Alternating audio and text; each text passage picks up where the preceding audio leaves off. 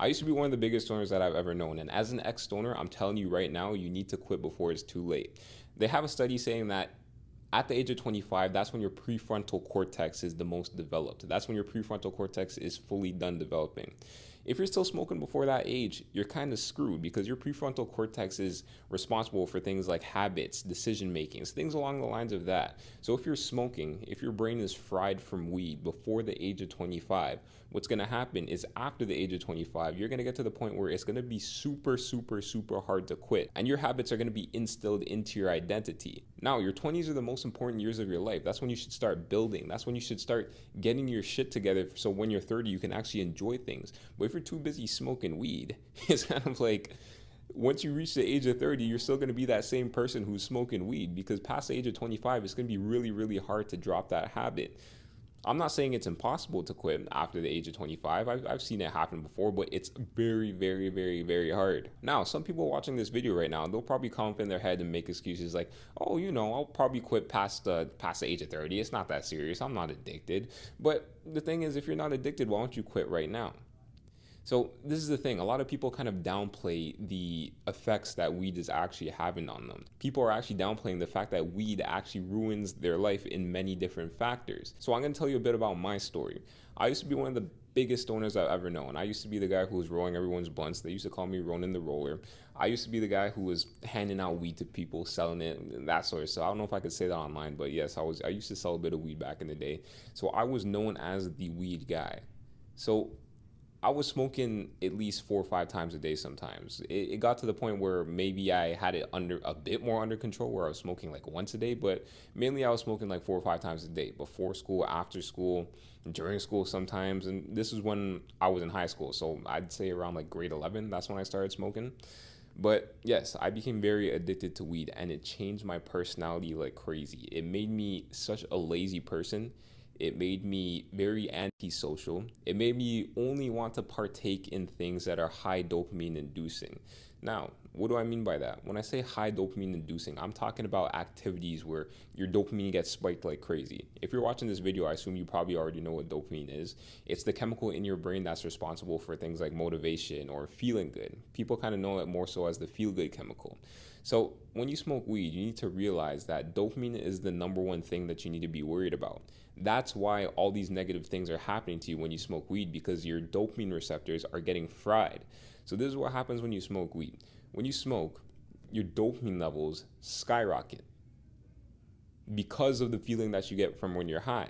Your dopamine levels skyrocket, and then what you do after is you do more dopamine inducing things. So after you smoke weed, what do you do after you smoke? You probably, I don't know, eat junk food, watch movies, watch animes. Some of you probably, But yeah, smoking weed, it's a gateway to be doing more dopamine inducing things. And don't lie to yourself. It's not like you're smoking weed and then you're doing something productive. You're smoking weed and then you're doing more dopamine inducing things. Now, the issue when you're doing a lot of dopamine inducing things is that you skyrocket your dopamine, but it drops below baseline. So let's say your dopamine levels are right here at a 0. You smoke weed, let's say they go up to a 50. But then what happens is they drop down to, let's say, -10. So that's why you feel super, I guess you could say, groggy or lethargic during the come down when you smoke, and you need to smoke again because your dopamine levels are going below baseline. Now, when you're an individual who is operating at a level where their dopamine is at like a -10 below the normal baseline, you're going to operate as a different person. You're not going to have any motivation. You're not going to have any sort of sense of direction in life. You're going to be really lost because you don't have the motivation to think your way out of issues. You don't have the motivation to fix your current life situation right now because all you want to do is smoke weed because that's the thing that's getting your dopamine levels back to normal baseline. So the issue is when you smoke too much weed and you're operating at a level where your dopamine is below baseline, you're going to have to keep smoking and keep smoking to get your dopamine levels back to the original baseline that it's actually at. That is why you feel lazy. That is why you feel lethargic. And some people won't recognize this in themselves. Some people don't have the awareness to think to themselves, oh man, maybe I am a bit lazy. Maybe I'm smoking too much.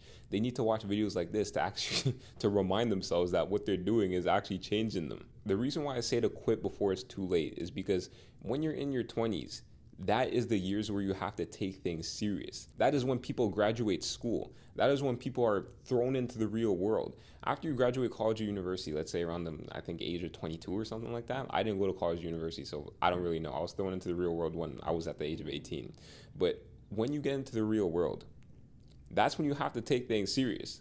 A lot of people, they'll graduate school and then maybe they'll find some sort of job or something like that, maybe like a low paying job, but they're not going to try to build themselves further because they know that they have that comfort, which was weed, to fall back against. But the thing is that today is kind of hard. It's not like back in the day where you can just get a job, a high-paying job straight out of school just like that. You need to be working. You need to be grinding. You need to be putting yourself out there. But if you're constantly high off of weed and if your dopamine levels are super low and you're operating at such a low caliber, you're not going to have the motivation to build yourself. You're not going to have the motivation to do anything at all. You're going to be comfortable and stuck in a place where you feel as if you don't need anything else. And it's going to bite you in the ass when you're older, because when you get to the age of 30, what's going to happen? You're going to be working the same job. You're going to be at a level where you are not living the life that you want to live, or you are maybe just a bit comfortable with the life you want to live. But the reason why you're able to deal with the stresses is because you have weed. But let's say you didn't have weed. Let's say you weren't smoking weed. Your dopamine levels would be back to normal, and you would actually have the motivation to do what you need to do to get things done. If you have a goal, you're gonna have the energy to accomplish it. So this is exactly what happened when I quit smoking weed. So I quit smoking weed, I would say maybe around the age of 20, 21, 22, something around that, maybe 21, 22. I was smoking from the age of, I guess you could say 17 to like 22.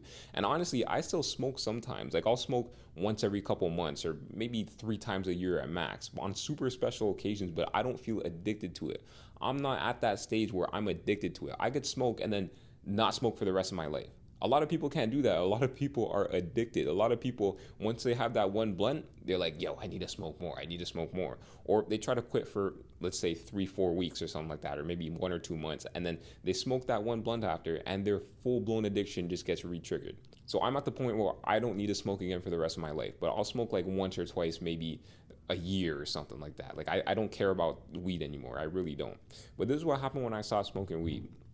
When I stopped smoking weed, life just seemed more vibrant. I was able to accept myself when I was sober. The reason why I felt like I needed to be smoking weed is because I felt like the weed was the thing that made me feel normal. And there's a reason to that. A lot of people think that when they smoke weed, that's the thing that kind of gets them to that normal level, I guess you would say. Smoking to the point where you have to smoke to feel normal. That's where a lot of people who are probably watching this video at. If you're at that point and you quit smoking, what happens is you basically kind of fall in love with being sober again, because the reason why you need to smoke to feel sober is because what I said before, your dopamine levels are below baseline.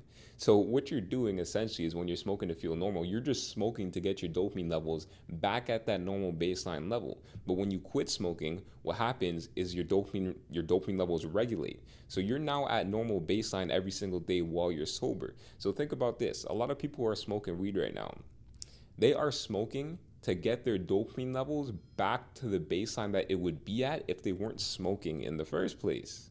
So just think about that. Think about that. That probably got you right there.